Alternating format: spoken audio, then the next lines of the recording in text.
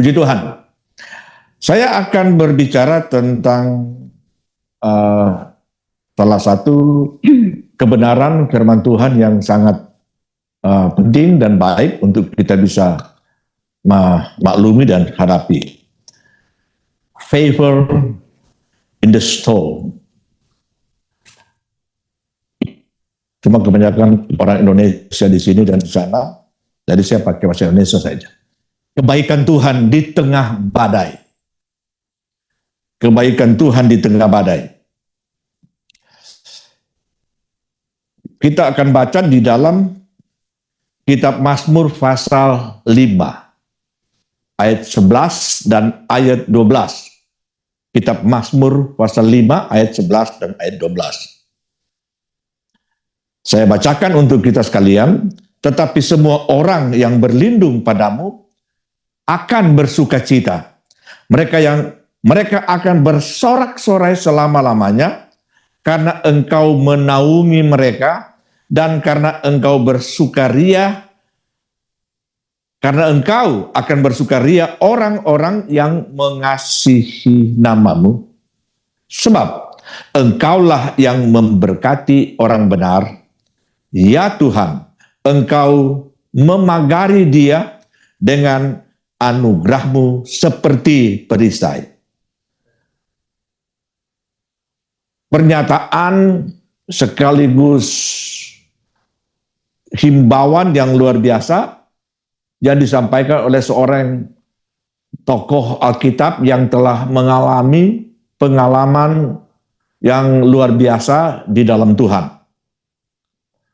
Dan kemudian menuliskan kalimat-kalimat ini sebagai sesuatu yang sangat penting untuk kita bukan cuma dengar, tapi coba kita hayati dan kita laksanakan dalam kehidupan ini.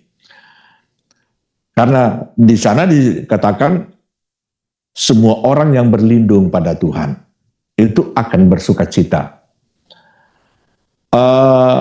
Tidak dikatakan kalau orang-orang itu mendapat berkat atau kalau orang-orang itu berada dalam kondisi-kondisi yang menyenangkan.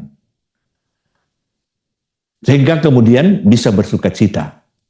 Tetapi di sini disebutkan semua orang yang berlindung padamu akan bersukacita. Artinya di dalamnya tersirat kebenaran yang berkata bahwa kalaupun kita berada dalam kondisi yang sungguh-sungguh punya masalah dan situasi-situasi yang sulit, asal kita berlindung pada Tuhan, kita bisa bersukacita di tengah-tengah berbagai kesulitan dan badai. Nah, khususnya saya akan mencoba memberikan penjelasan yang baik yang berkaitan dalam ayat yang ke-12. Dalam ayat yang ke-12 itu, ya, ayat yang ke-12, sebab engkaulah yang memberkati orang benar, ya Tuhan, engkau memagari dia dengan anugerahmu seperti perisai. Jadi bagaimana, kenapa sampai orang yang berlindung pada Tuhan itu bersukacita? Sebab itu karena Tuhan memberkatinya. Memberkati pada waktu mungkin kita hidup berkelimpahan, memberkati pada waktu kita berada dalam kesulitan. Berkat Tuhan itu tetap akan diberikan kepada semua orang dalam segala kondisi dan segala situasi. Ditegaskan di sana bahwa dia juga memagari dengan anugerahnya. Dia memagari dengan anugerahnya seperti perisai. Dalam bahasa Inggris, kalau saya baca pada NIV, surely Lord, you bless the righteous, you surround them with your favor as with a shield. Jadi di sini dia tidak hanya sekadar berkata tentang anugerah tapi dia lebih berbicara tentang favor. Favor. Dalam bahasa Ibrani di sana itu bisa diterjemahkan anugerah. Tapi ada beberapa penekanan di sana yang sangat kita butuhkan dalam kehidupan kita di tengah-tengah situasi-situasi yang buruk dan sulit. Itu kata retson. Kata retson itu mempunyai pengertian kebaikan atau goodwill, ya. Goodwill, beda dengan goodwill toko, tapi ini adalah goodwill tentang kebaikan, ya.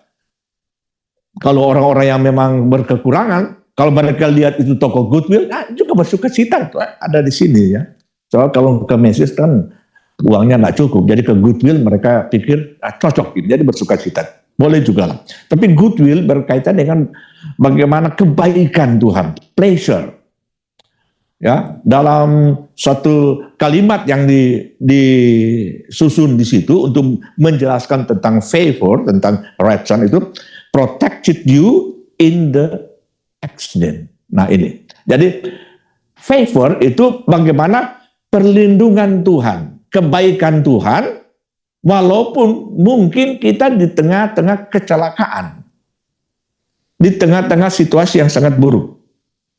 Maka itu kemudian dalam penjelasan yang lebih jauh, kata favor itu dijelaskan panjang lebar. Favor is a good time and a bad time. Jadi favor, kebaikan Tuhan, itu bisa ada pada waktu kita dalam kondisi baik, tapi juga bisa berada pada kondisi yang tidak baik. Nah, saya ingin memberikan penjelasan begini. Pertama, favor, kebaikan Tuhan, itu membawa umatnya keluar dari bencana dan malapetaka. Dan dalam Alkitab ada catatan tentang umat Tuhan yang begitu terkungkung dan begitu menderita. Tapi pada waktunya kebaikan Tuhan itu justru membawa mereka untuk keluar dari kondisi yang sangat buruk itu. Itu yang dialami oleh bangsa Israel. Dalam Keluaran pasal 13 ayat 3, lalu berkatalah Musa kepada bangsa itu, peringatilah hari ini, sebab pada hari ini kamu keluar dari Mesir, dari rumah perbudakan. Karena dengan kekuatan tangan Tuhan, kekuatan tangannya, Tuhan telah membawa kamu keluar dari sana. 400 tahun, itu adalah satu pergumulan yang sangat panjang. Berarti paling kurang ada 10 generasi. Kalau satu generasi hitung 40 tahun. Dan itu adalah pengalaman yang begitu luar biasa yang harus dialami oleh bangsa Israel di tanah Mesir. Tapi kemudian tangan Tuhan lewat Musa dan Harun. Tangan Tuhan. Jadi tangan Tuhan bisa menggunakan siapa saja untuk kepentingan kita bisa keluar dari kondisi yang buruk, ya. Gembala atau bahkan orang-orang lain yang sungguh-sungguh dengan Tuhan itu menjadi tangan Tuhan untuk bisa menolong kita.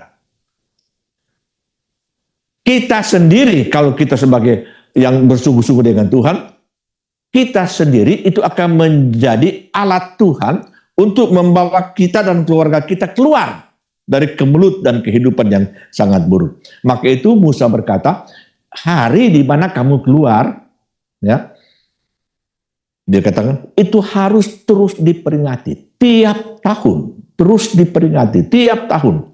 Maka itu sampai sekarang orang-orang Israel mengingat peristiwa itu dan mereka melaksanakan perayaan yang biasa disebut sebagai perayaan Paskah. Ya, itu adalah jatuh pada bulan Abib, ya, bulan Abib, bulan Siwan, dan itu adalah hal yang luar biasa yang dialami oleh bangsa Israel. Jadi keturunan Israel sampai sekarang ini, setelah sekitar hampir 4.000 tahun yang lalu peristiwa itu, mereka ingat hebat sekali kalau Tuhan mau bekerja.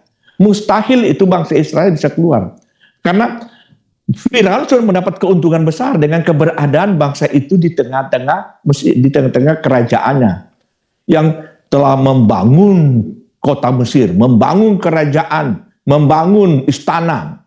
Itu orang-orang Israel. Mereka itu orang-orang hebat ya dalam bekerja dan sebagainya. Maka itu nanti 10 tulah ya Tuhan lepaskan, baru Firaun bisa meluaskan ini bangsa ini keluar. Bahkan setelah sudah berjalan, itu masih dikejar. Ya, masih dikejar. Tapi tangan Tuhan, kalau Tuhan memang telah mengambil keputusan untuk membela dan melepaskan kita, Tuhan akan terus menyatakan dan melakukannya. Dia tidak akan membiarkan. Nah, dalam Keluaran 14, saya baca ayat 13-14. Tetapi berkatalah Musa kepada bangsa itu, janganlah takut, berdirilah tetap dan lihatlah keselamatan dari Tuhan yang akan diberikannya hari ini kepadamu. Sebab orang Mesir yang kamu lihat ini tidak akan kamu lihat lagi selama-lamanya. Tuhan akan berperang untuk kamu. Nah, setelah bangsa Israel ini keluar, ya, ini bangsa Israel seperti saya katakan tadi, tetap dibayang-bayangi oleh rasa khawatir, bahkan makin lama itu makin dianggap berbahaya karena Firaun memimpin pasukan besar mengejar ini bangsa ini. Tapi Tuhan telah berkata di sini kepada Musa, sampaikan kepada bangsa Israel, jangan takut. Seperti saya katakan tadi, kalau Tuhan telah memulaikan dengan tangannya, dengan kasihnya, dengan kuasanya, dia tidak akan berhenti. Dia pasti akan meluputkan, dia pasti akan membela. Dan akhirnya bangsa Israel ini tiba di tepi Laut Teberau, Laut Kulsum. Bangsa pasukan Mesir, Firaun, itu semakin dekat. Ya, mereka pikir bagaimana bisa? Tidak mungkin ada jalan keluar. Tidak mungkin aku bisa mendapatkan satu jalan keluar di situasi yang rumit seperti ini. Bangsa Israel pikir mustahil. Di depan itu tidak bisa digunakan sebagai tempat untuk mereka melarikan diri. Ya, kiri kanan sama saja. Tadi mustahil. Tapi puji Tuhan.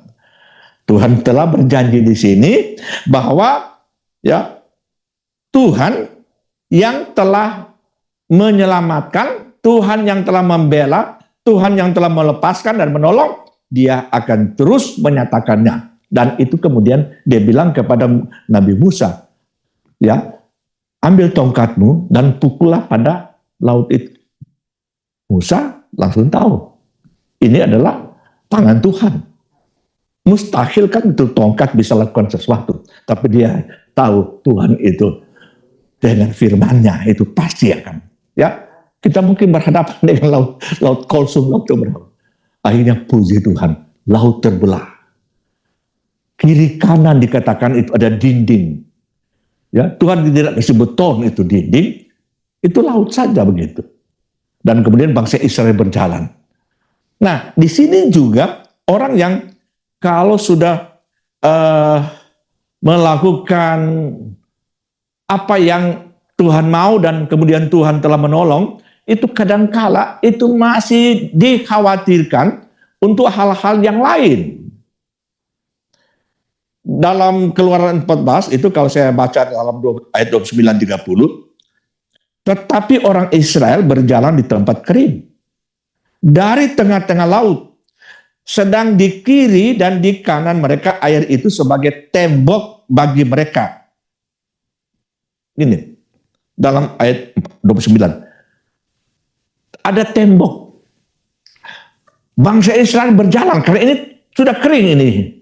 Ada kurang lebih 2 juta ini, banyak ini. Saudara pikir kalau cuma orang berapa orang di sini itu enggak masalah ya, tapi dan di antara sekian juta orang itu, sekian banyak orang itu, tentu ada begitu banyak orang yang pasti berjalan dengan kekhawatiran penuh. Bayangkan saudara, mereka berjalan di laut yang sudah kering jalannya. Tapi di kiri kanan, ya itu ada tembok, disebut tembok itu air. Ya, akuarium lah begitu. Tapi akuarium udah pakai kaca. Ini enggak, saudara. Jadi lihat kiri, lihat kanan, lihat kiri. Itu, wah, pertama mungkin senang. Tapi bayangkan, saudara, kalau ada ikan paus itu yang tiba-tiba sedang kejar-kejaran berlari ke arah sini, darah Yesus, itu bisa tembus, saudara. Ya, sudah bisa tembus. Segala jenis binatang di dalam air itu tentu pada waktu berjalan itu mereka tidak peduli dengan apa. Mereka pikir laut terus. Mereka tentu kencang-kencang lari. Masalahnya ini orang-orang ini jadi ketakutan. Sudah Tuhan tolong, tapi dilingkungi oleh rasa takut. Ya. Maka itu kalau kita berada pada pengalaman favor of God, ya, kita harus fokus kepada tujuan di sana. Kita harus fokus karena kita kalau tidak fokus kita bisa lihat kiri, bisa lihat kanan, itu jadi masalah. Saudara sedang tinggal di negara yang sangat maju, tetapi negara yang kompleks dengan berbanyak masalah yang bisa mengganggu kehidupan saudara, kehidupan pribadi, kehidupan mental, dan kehidupan kita. Maka itu yang Tuhan inginkan. Mari kita fokus ke depan. Kalau Tuhan telah menolong, Dia pasti menolong terus. Karena Allah tidak akan meluaskan suatu bencana kalau tidak dalam maksud dan rencana Tuhan tertentu. Tentu saja ada orang-orang seperti Ayub yang Tuhan luaskan, dia harus mengalami berbagai situasi yang buruk sekali. Tapi itu Tuhan luaskan untuk membuktikan bahwa orang percaya kepada Tuhan pasti akan berhasil keluar sebagai pemenang. Nah, ini adalah hal yang sangat menarik yang saya lihat di sini. Bahwa akhirnya mereka berjalan terus. Maka itu ayat 30 berkata, demikianlah pada hari itu Tuhan menyelamatkan orang Israel dari tangan orang Mesir. Dan orang Israel melihat orang Mesir mati, terhantar di pantai. Waktu mereka berjalan fokus, Musa arahkan terus. Akhirnya mereka tiba di seberang. Kalau kita bersama Tuhan, kita pasti akan tiba di tujuan. Karena Tuhan akan berjalan bersama dengan kita. Berbeda dengan Mesir yang punya kebencian dan punya keinginan untuk membunuh orang ini. Tuhan luaskan mereka masuk ke dalam lautan itu, lalu Tuhan kembalikan itu air. Ya, itu mereka mengalami, ya itu kan dalam itu. Kalau saya membaca di dalam sejarah itu, ya, tentang laut itu pada bagian dalam itu ada sampai sekitar 50 meter kedalamannya. Ya. 50 meter, ada bahkan sampai yang paling dalam itu sampai 100, tapi rata-rata 50. Itu air yang banyak itu, tidak sempat mereka naik ke atas itu. Malah misir orang di tengah itu kalau mau batobo ke atas. Nah ini adalah hal yang kita perlu perhatikan. Tuhan menyelamatkan bangsa Israel, musuhnya itu ditenggelamkan. Ya. Dan yang kedua, favor. Ya, tadi itu favor of God itu sampai mencapai tujuan. Favor of God ini adalah kebaikan Tuhan yang kedua demi kemuliaan dan keagungan Allah yang hidup di tengah-tengah umatnya. Yang kedua itu kalau kebaikan Tuhan itu akan dinyatakan kepada kita supaya apa yang kita alami dalam kehidupan ini itu bagi kemuliaan Tuhan. Ya. Saudara tahu sekali tentang sejarah dalam Daniel pasal 3 tentang Sadrak, Mesak, dan Abednego. Ya, 3 tokoh yang luar biasa bersama-sama dengan Daniel, mereka mendemonstrasikan kuasa Tuhan dan akhirnya Nebukadnezar bangga dengan 3-4 pemuda ini. Lalu kemudian Nebukadnezar mengangkat Daniel menjadi orang ketiga yang paling berkuasa di Babel. Bayangkan, budak diseret secara tertawan dari Yerusalem karena kerajaan Yehuda kalah total, maka kemudian semua rakyatnya itu diangkut ke Babel, termasuk Daniel, Sadrak, Mesak, Abednego. Tapi disebutkan di dalam Alkitab, 4 tokoh ini tidak merasa kecewa kalau kemudian mereka harus menjalani masa-masa di mana mereka itu harus berjalan terseret secara tertawan sampai di Babel. Itu kalau kita hitung dari Yerusalem sampai di Babel, itu dari Yerusalem sekarang itu sampai di Iran. Jauh, dan cuma jalan kaki, tidak pakai pesawat. Jadi mereka betul-betul menderita itu dalam perjalanan dan kemudian tiba di sana. Tapi saya mempelajari Daniel dan teman-teman ini, itu tetap konsisten dengan keyakinan dan iman mereka. Maka itu pada waktu mereka dipilih untuk kemudian menjadi mengikuti sekolah dan pendidikan kerajaan Babel dengan sama-sama dengan orang-orang Babel di sana, mereka tetap dalam imannya, konsisten dengan kepercayaannya. Mereka menolak semua ayapan makanan yang mungkin diberikan oleh raja, yang mereka yakin itu telah dipersembahkan kepada berhala dan itu tidak baik dan tidak benar. Mereka minta supaya mereka diberikan makanan khusus saja. 10 hari diminta uji. Ya, mereka cuma bisa minum air dan cuma dengan sayur. Ternyata setelah itu mereka lulus dengan pendidikan, kalau sekarang disebut summa cum laude itu. Ya, terpintar dari semua orang bijaksana yang ada di Babel. Sehingga pada waktu Nebukadnezar mengalami masalah dengan mimpi yang mimpinya sudah hilang. Ya. Jadi kalau dia mengundang itu semua ahli jampi, semua orang-orang pintar di seluruh Mesir, itu mereka kerepotan, tidak mungkin mereka bisa artikan itu mimpi, sebab raja sendiri sudah hilang mimpinya, ya.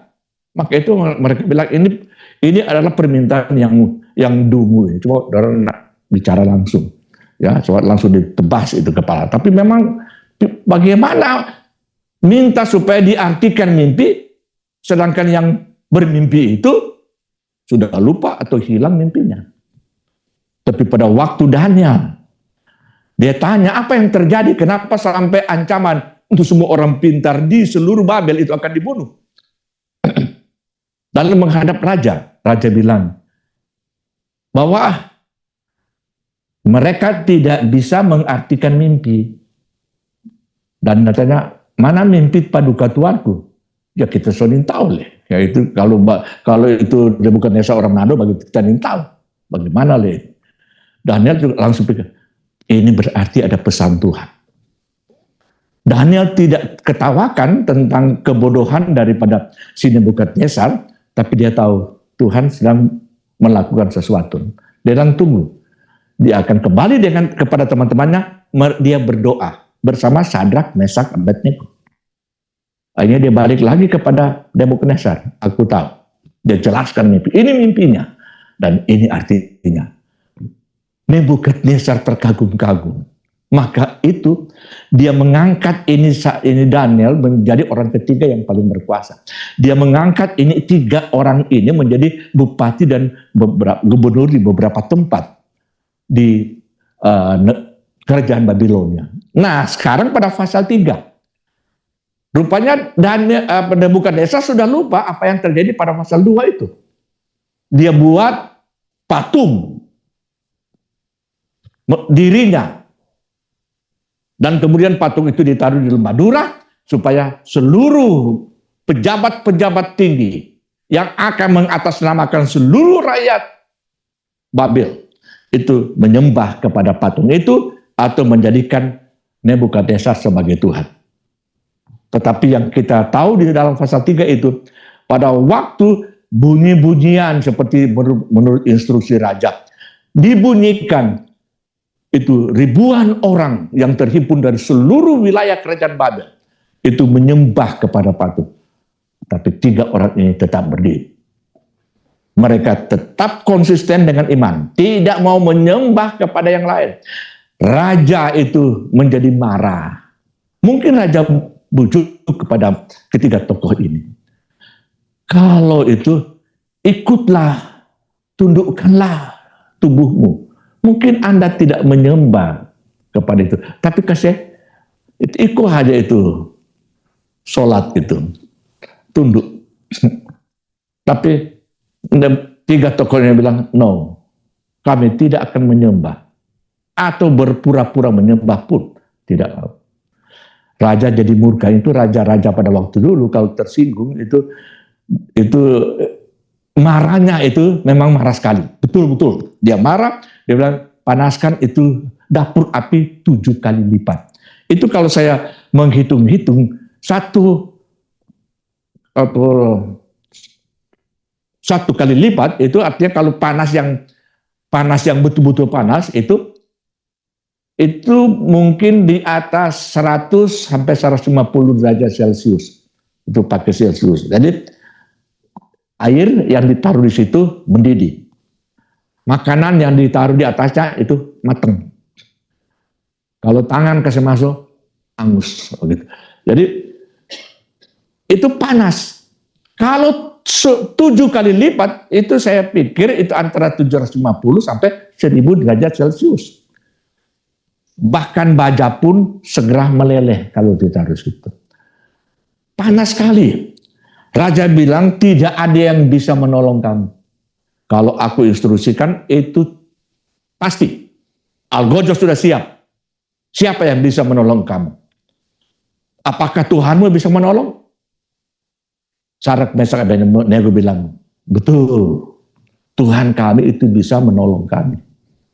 Tapi seandainya tidak, kurang ukur kita mau sembah itu patung. Itu kalau orang Manado itu. Tak mungkin kami akan menyembah patung itu. Ini memang marah betul. Langsung diinstruksikan tu Algojo. Bawa mereka, lemparkan ke dapur api.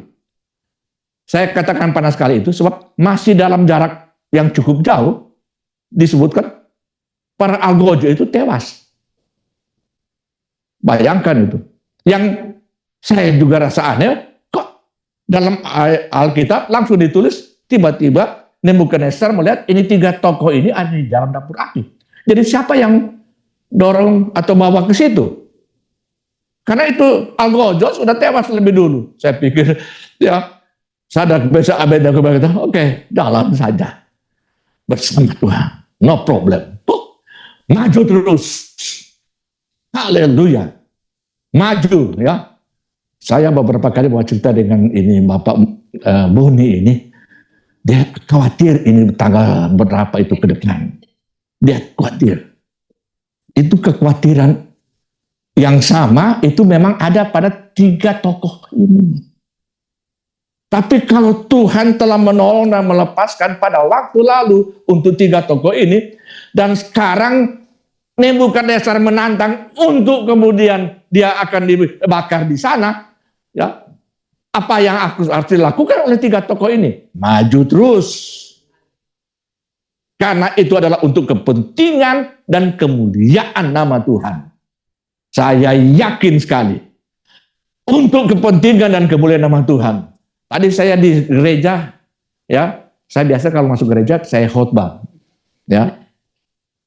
Jadi waktu diajak, salah-salah deh, cuma saya mesti khotbah. Jadi saya ke situ, kesempatan saya ada di kebaktian, ya, saya akan mendengarkan khotbah dan akan mengikuti ibadah. Saya lihat ini pada waktu awal, ini keluarga Ponis ini 3 orang langsung ada di atas, ya, 2, ya, 1 bass, 1 gitar, dan yang 1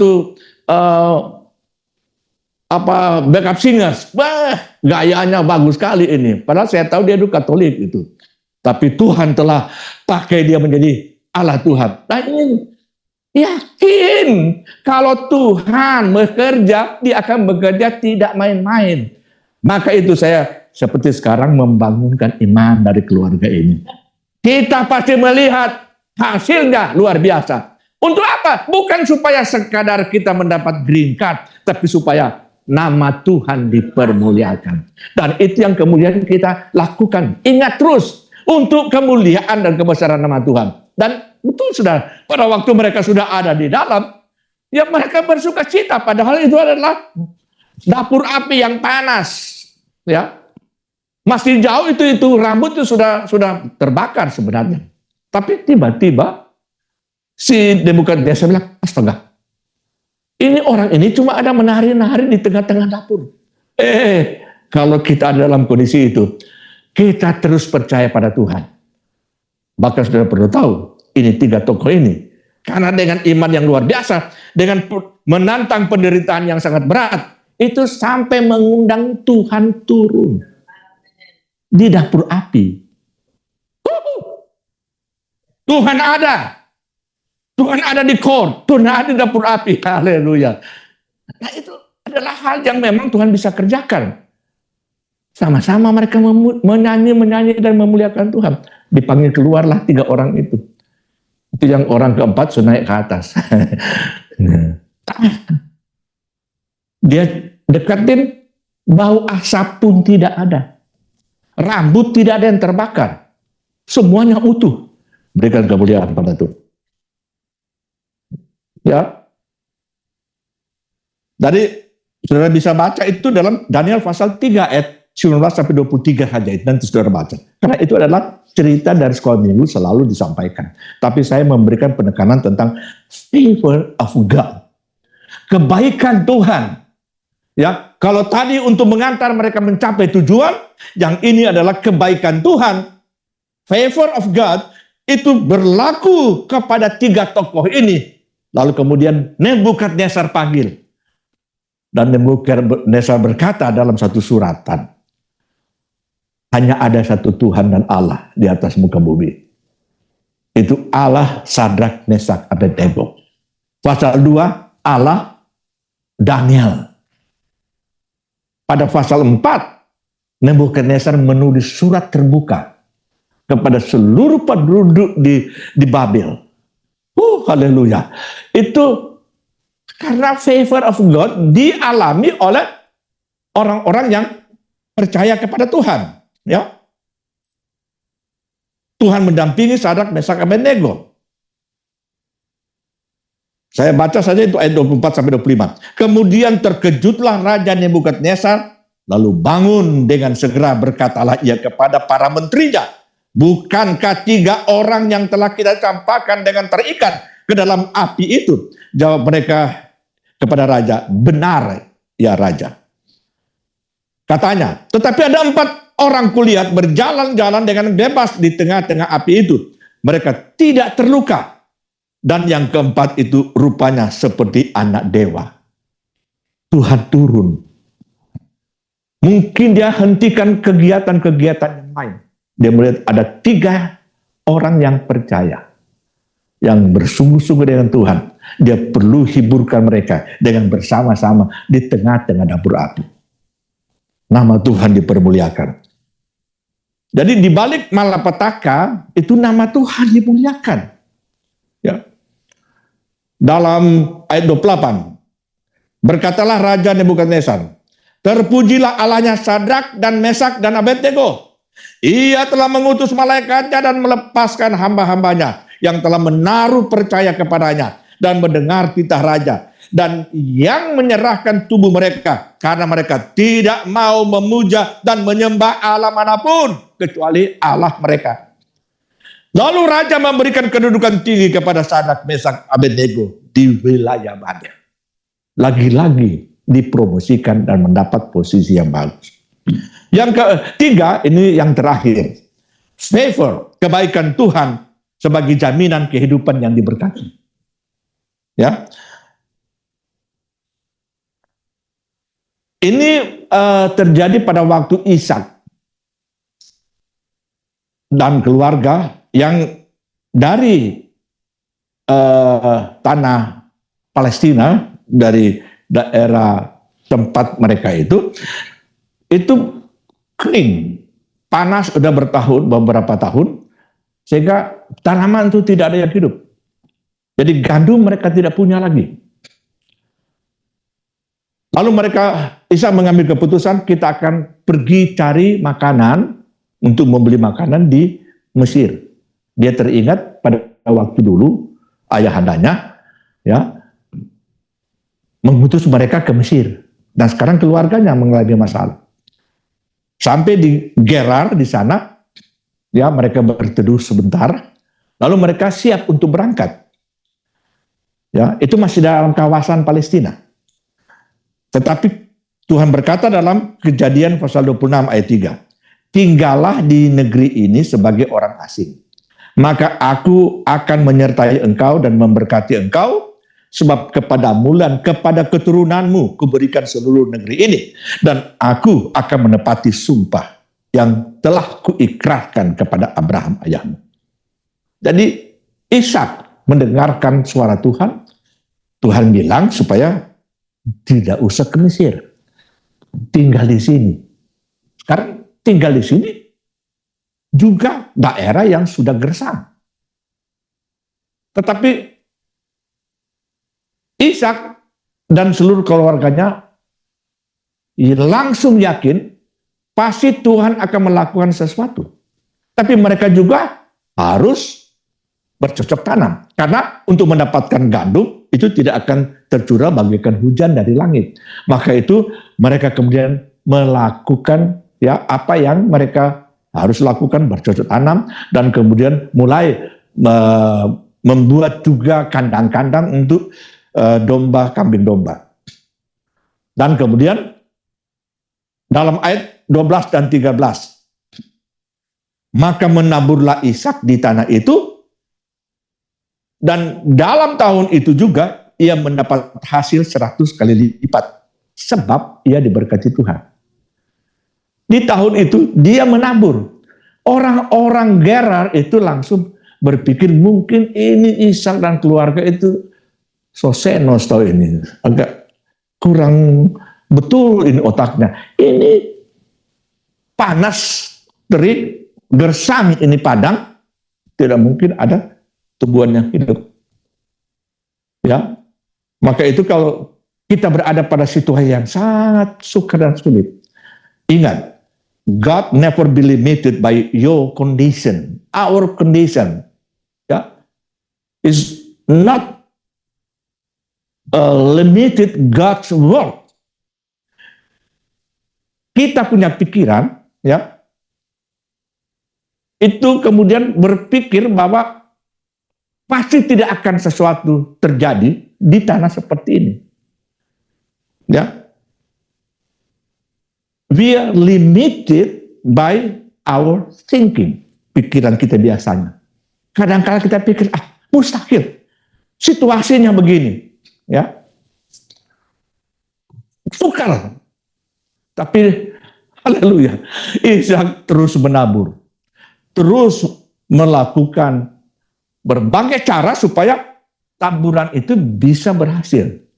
Dan itu merupakan cikal bakal dari ahli-ahli pertanian dari orang-orang Israel, yang akhirnya membuat tanah Israel yang sama dengan tanah-tanah di seberang perbatasan Israel itu, ya, yang sebenarnya gersang, itu subur. Ya, pada waktu saya memasuki border dari Mesir, itu di daerah gurun.